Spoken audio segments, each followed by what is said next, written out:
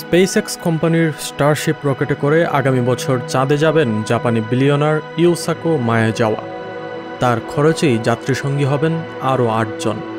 ৯ August তিনি তার crew মেম্বারদের বিশ্বের সঙ্গে পরিচয় করিয়ে দিয়েছেন। তার দলে আছেন পেশাদার ডিজে, স্পেস ইউটিউবার এবং একজন কোরিয়ান পপস্টারও।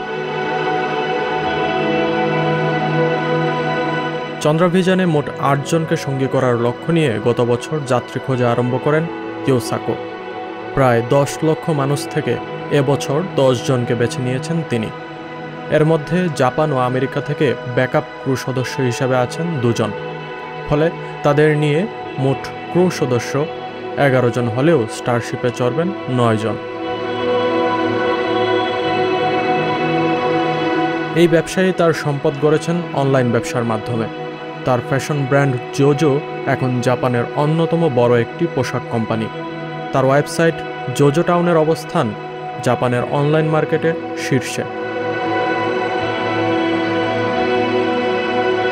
২০১৮ সালে বিলিয়নার এই ব্যবসায়ীকে চাঁদ ভ্রমণের জন্য প্রথম প্রাইভেট প্যাসেঞ্জার হিসেবে ঘোষণা করে স্পেসএক্স।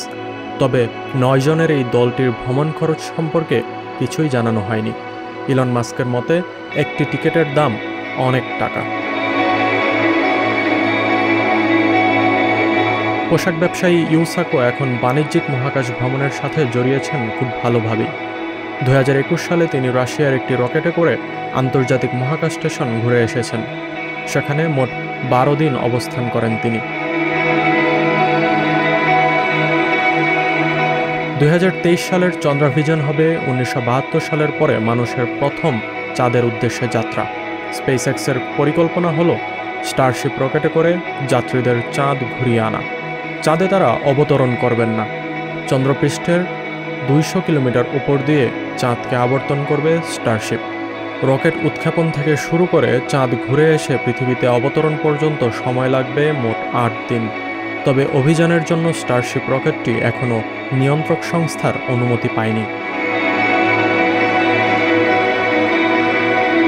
বিশাল আকৃতির স্টারশিপ রকেটটি ২০২১ সালের মে মাসে সফল উড্ডয়ন সম্পন্ন করেছে। ১৫তম বারে সফল হয়েছে মহাকাশযানটি। এর আগে ১৪ বার উড্ডয়ন করতে গিয়ে ভয়ঙ্করভাবে বিস্ফোরিত হয় এটি।